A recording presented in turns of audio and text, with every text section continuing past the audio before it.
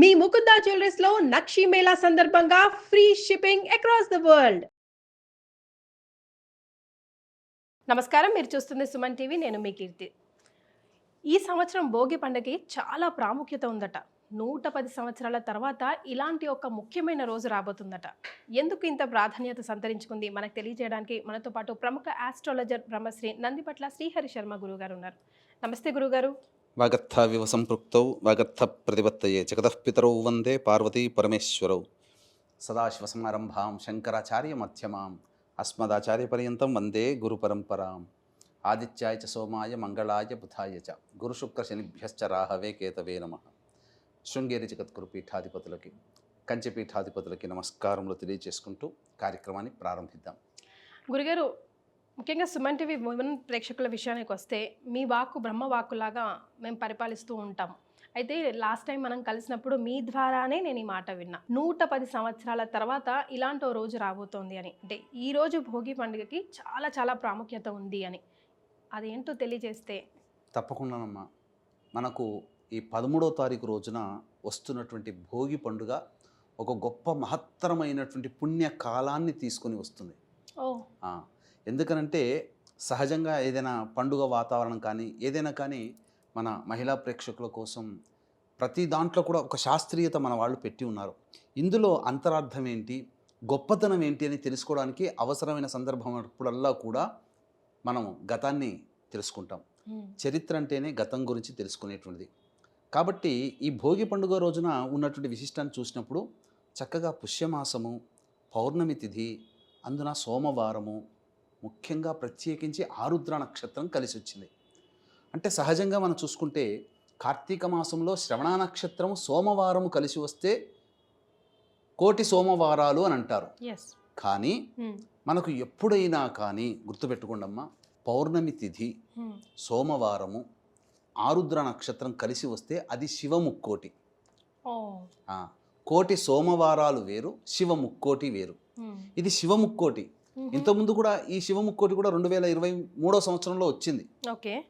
పెద్ద గొప్పగా అని కాదు. కానీ ఎందుకు ఇంత ప్రత్యేకత అని చూసుకుంటే ప్రధానంగా మనం 1940వ సంవత్సరం నుంచి 2050వ సంవత్సరం వరకు కూడా, ఇప్పుడు 2025 కదా, ఇక ముందు వచ్చే 2025 ప్లస్ 2050వ సంవత్సరాలు ఉన్నంత వరకు కనుక ఈ పంచాంగాన్ని గణన చేసుకుంటే ఒక అద్భుతమైనటువంటి యోగ మాలిక ఈ రోజు ఉందని తెలిసిందమ్మా. ఏంటనంటే సహజంగా మనకు పౌర్ణమి, సోమవారము కలిసి వచ్చినటువంటి రోజులు దాదాపుగా 1940 నుంచి ఈ 2050 వరకు చూస్తే దాదాపు ఒక 4-5 గంటలు రీసెర్చ్ చేశానమ్మా. చేస్తే 18 సార్లు మాత్రమే పౌర్ణమి, సోమవారం కలిసి వచ్చింది. అందున 3 సార్లు మాత్రమే అతి కొద్ది స్వల్ప సమయం ఆరుద్ర నక్షత్రం ఉన్నది, 2 సార్లు. కానీ 18 సార్లు మాత్రము పౌర్ణమి తిథి ఉంది, సోమవారం ఉంది, పునర్వసు లేదా పుష్యమి నక్షత్రాలు ఉన్నాయి. కానీ ఆరుద్ర నక్షత్రాలు మాత్రం చాలా తక్కువగా ఉన్నాయి. కానీ ప్రత్యేకంగా దీనికి మాత్రం ఎక్కువ విశిష్టత ఈ 13వ తారీఖు రోజున.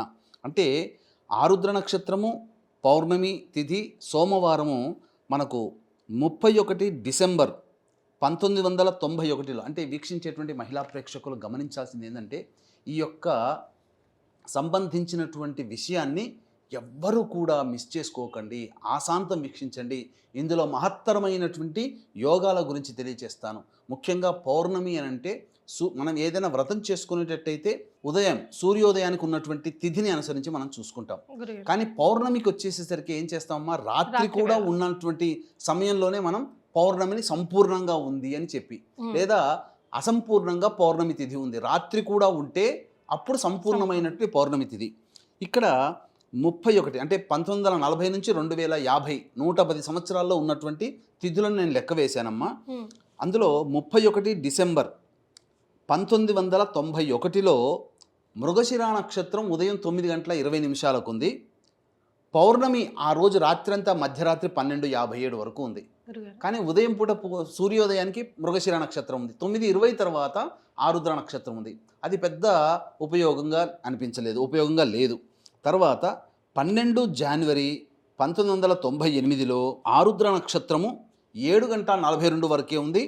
పౌర్ణమి కూడా రాత్రి 10:48 వరకే ఉంది. పౌర్ణమి సంపూర్ణంగా లేదు, ఆరుద్ర నక్షత్రం కూడా సంపూర్ణంగా లేదు. కానీ సోమవారము పుష్యమాసము పౌర్ణమి అయినవి.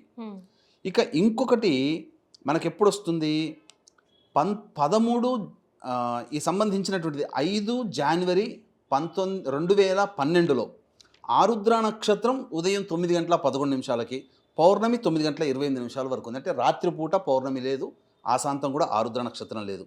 ఇక 6 జనవరి 2042లో పౌర్ణమి మధ్యాహ్నం 1:41 వరకు ఉంది. ఆరుద్ర ఉదయం 11:44 వరకు ఉంది. కానీ ఈ 13 జనవరి 2025 అంటే రేపు వచ్చేటువంటి భోగి పండుగ రోజునమ్మ వీక్షించేటువంటి మహిళా ప్రేక్షకులు గమనించాలి. ఆరుద్ర నక్షత్రం మనం చూసుకుంటే 12:20 వరకు ఉంది మధ్యాహ్నం. అంటే అపరాహ్నం వరకు కూడా ఆరుద్ర నక్షత్రం ఉంది. పౌర్ణమి తిథి 14వ తారీఖు తెల్లవారుజామున 4 గంటల వరకు ఉంది. అంటే 13 రాత్రంతా ఉంటుంది. కాబట్టి ఇక్కడ గమనించాల్సింది ఏంటంటే 13 జనవరి 2025 అనేటువంటిది 1940 నుంచి 2050 మధ్య కాలంలో అనగా 110 సంవత్సరాల్లో అద్భుతమైనటువంటి పుణ్య యోగాలు కలిగినటువంటి రోజు. అందున భోగి పండుగ కూడా కలిసి వచ్చినటువంటిది ఈ సంవత్సరమే. మనం ఎంత అదృష్టవంతులం అమ్మ, వీక్షించేటువంటి ప్రేక్షకులు కూడా చాలా అదృష్టవంతులు. అయితే మరి భోగి పండుగ రోజున ఈ అన్నీ కలిసి వచ్చిన పౌర్ణమి తిథి, భోగి పండుగ ఇవన్నీ వచ్చినవి లేవా అంటే మొత్తం ఈ 110 సంవత్సరాల్లో 4 సార్లు మాత్రమే ఉన్నాయి. భోగి పండుగతో కూడుకున్నటువంటి పౌర్ణములు, పుష్య పౌర్ణమి, భోగి ఎప్పుడు వచ్చింది? 13 జనవరి 1978లో పౌర్ణమి తిథి ఉంది, భోగి పండుగ అయింది. ఆ రోజున పునరోసు నక్షత్రం శనివారం అయింది. ఇక 14 జనవరి 1987లో పౌర్ణమి తిథి ఉంది, బుధవారం అయింది, ఆరుద్ర నక్షత్రం ఉంది. సోమవారం కాదు, సోమవారం ఈ 2 సార్లు రాలేదు. ఇక్కడ 14 జనవరి 2044 సంవత్సరంలో ఇంకా ముందు వచ్చేటువంటిది పౌర్ణమి తిథి ఉంది, గురువారం అయింది, ఆరుద్ర నక్షత్రం ఉంది. కానీ ఈ సంవత్సరం 2025 సంవత్సరంలో పౌర్ణమి తిథి ఉంది, సోమవారం అయింది, ఆరుద్ర నక్షత్రం ఉంది, భోగి పండుగ కూడా ఆ రోజు అయింది. కాబట్టి ఈ సంవత్సరం మనం చాలా అదృష్టవంతులమని చెప్పవచ్చు. ఇది రీసెర్చ్ చేసి ఉన్నాను, ఇది ఎవరు కూడా కాదనలేనటువంటి సత్యం అని వీక్షించేటువంటి ప్రేక్షకులు గమనించుకోవాలి. ఈ రోజున శివ ముక్కోటి కదమ్మా, మనం సంకల్పం ఏది చేసుకున్నా గత జన్మ కర్మదోషాలు అనేటువంటివి ఉంటే ఆ కర్మదోషాలన్నీ కూడా తొలగిపోతాయి, శివానుగ్రహం కలుగుతుంది. అంటే కోటి బిల్వ అర్చన కావచ్చు, కోటి అనే సముదాయం శివ ముక్కోటి అని అన్నారు. అన్నప్పుడు ఏంటనంటే సంస్కృతార్థం కూడా తీసుకుందామమ్మా. శివకోటి అని అంటే, కోటి అంటే మనం ఇప్పుడు చెప్పుకునే 10, 100, 1000, 1,00,000, కోటి అది కాదమ్మా. కోటి అంటే సంస్కృతంలో గణము అని అర్థం. కాబట్టి గణము అంటే సమూహము, శివకోటి అని అంటే శివగణ సమూహము. శివ సమూహం అంటే ఏంటి? ఏకాదశ రుద్రులు 11 మంది. కాబట్టి ఆ 11 రుద్రులని సమూహంగా చెబితే వాటిని రుద్రకోటి, శివకోటి అనవచ్చు.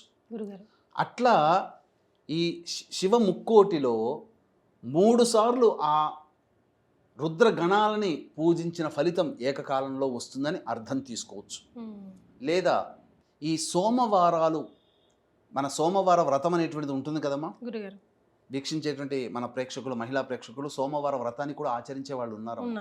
కాబట్టి కోటి సోమవారాలు ఈశ్వరుణ్ణి అర్చన చేసిన పుణ్య ఫలితం దక్కుతుంది. మరి గురుగారు, ఇంతటి పర్వదినాన మేము పాటించవలసిన నియమాలేంటి? మీరేమైనా రెమెడీస్ సూచిస్తారా? ఎలాంటి వాళ్ళు ఎలాంటి రెమెడీస్ చేయాలి ఒక్కసారి మాకు తెలియజేస్తారా? తప్పకుండా. మనం ఇంతకుముందు చెప్పుకున్నట్టుగా అందరూ కూడా ఆర్థిక పరమైనటువంటి సమస్యలతో బాధపడుతున్న వాళ్ళే 100కి 95% మంది ఉన్నారు. గురుగారు 5%, 10% కదా ట్యాక్స్ కట్టేది. మరి కాబట్టి దాని అంచనా వేసుకోవచ్చు మనం. కాబట్టి ధనపరమైనటువంటి సమస్యలన్నీ ఎదుర్కొన్నటువంటి వాళ్ళు ఈ రోజున ఈశ్వరారాధన చేస్తే ఐశ్వర్యం ఈశ్వరాదిచ్చేత్. గురుగారు, ఐశ్వర్యం అనగానే అందులో హెల్త్ కూడా వస్తుంది. అసలే ఈ వైరస్ తో ఈ కాలంలో బాధపడుతూ ఉన్నాం మనం అంతా కూడా. మృత్యుంజయుడు కూడా ఈశ్వరుడే కదమ్మా. మరి ఆరోగ్యం కావాలన్నా, ధనము కావాలన్నా, భోగభాగ్యాలు కావాలన్నా ఈశ్వరుడే. అందుకనే భోగభాగ్యాలని ప్రసాదించే పరమేశ్వరుడు భోగి పండుగ రూపంలో, శివముక్కోటి రూపంలో మనకి ఈ సంవత్సరం మనల్ని ఆనందపరచబోతున్నాడు. ఇది కేవలం ఈ యొక్క విషయము నేనొక్కడినే తెలుసుకుంటే, నేను ఆచరిస్తే అది నా స్వార్థం. కానీ ఇంతటి మహత్తరమైనటువంటి రోజుని ప్రప్రథమంగా అసలు ఎవ్వరూ ఈ ప్రసార మాధ్యమాల్లో చెప్పలేని విధంగా ప్రప్రథమంగా మనమే మన సుమన్ టీవీ మాధ్యమం ద్వారా ప్రేక్షకులకందరికీ తెలియచేస్తున్నాం. అందులో స్వార్థం కనుక చూసుకుంటే ఈ విషయాన్ని నేను చెప్పాల్సిన అవసరం కూడా లేదు. మరి కానీ అందరూ కూడా ఈ యొక్క శివముక్కోటి అయినటువంటి భోగి పండుగ రోజున ఈశ్వరారాధన చెయ్యాలనే సంకల్పం నాకుండడం అది నాది కాదమ్మా. శివాజ్ఞ లేనిదే చీమైనా కుట్టదు. కాబట్టి ఇక్కడ లయకారకుడు పరమేశ్వరుడు.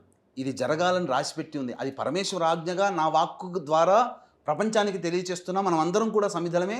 అందున నేను కూడా ఒక సమిధనే. ఎందుకంటే మీరు యాంకరింగ్ చేస్తున్నారు. సుమన్ టీవీ ప్రసార మాధ్యమం ద్వారా ఎంతోమంది టెక్నీషియన్స్ పనిచేస్తున్నారు.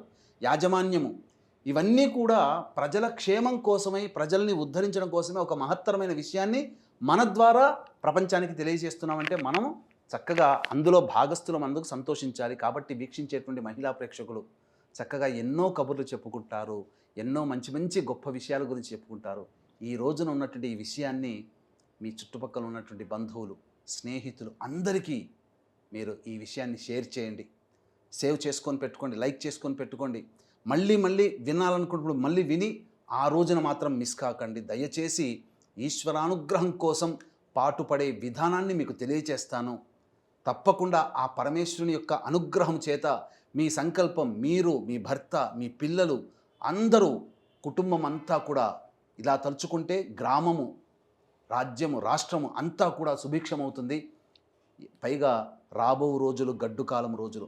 దైవతానుగ్రహము తప్ప మనిషిని రక్షించేది ఈ ప్రపంచంలో ఏదీ లేదు. ఎంత డబ్బున్నవాడైనా, కరోనాల సమయంలో చూశారు కదా, ఎంత డబ్బున్నవాడైనా కానీ ఆ మృత్యువుడిలోకి వెళ్ళవలసిన వాడే.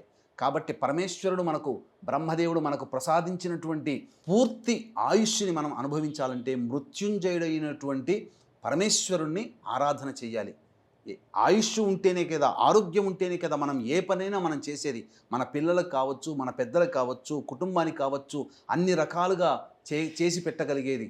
కాబట్టి అటువంటి ఆయుష్ని, ఆరోగ్యంతో పాటుగా వైభవోపేతమైనటువంటి జీవితము, అందరూ కూడా వాళ్ళ సంకల్పం, మీ కుటుంబ సభ్యుల అందరి సంకల్పం నెరవేర్చుకునేటువంటి ఒక మహత్తరమైనటువంటి, అతి సామాన్యమైనటువంటి రెమెడీ మీకు తెలియచేస్తున్నాను. జాగ్రత్తగా వినండి.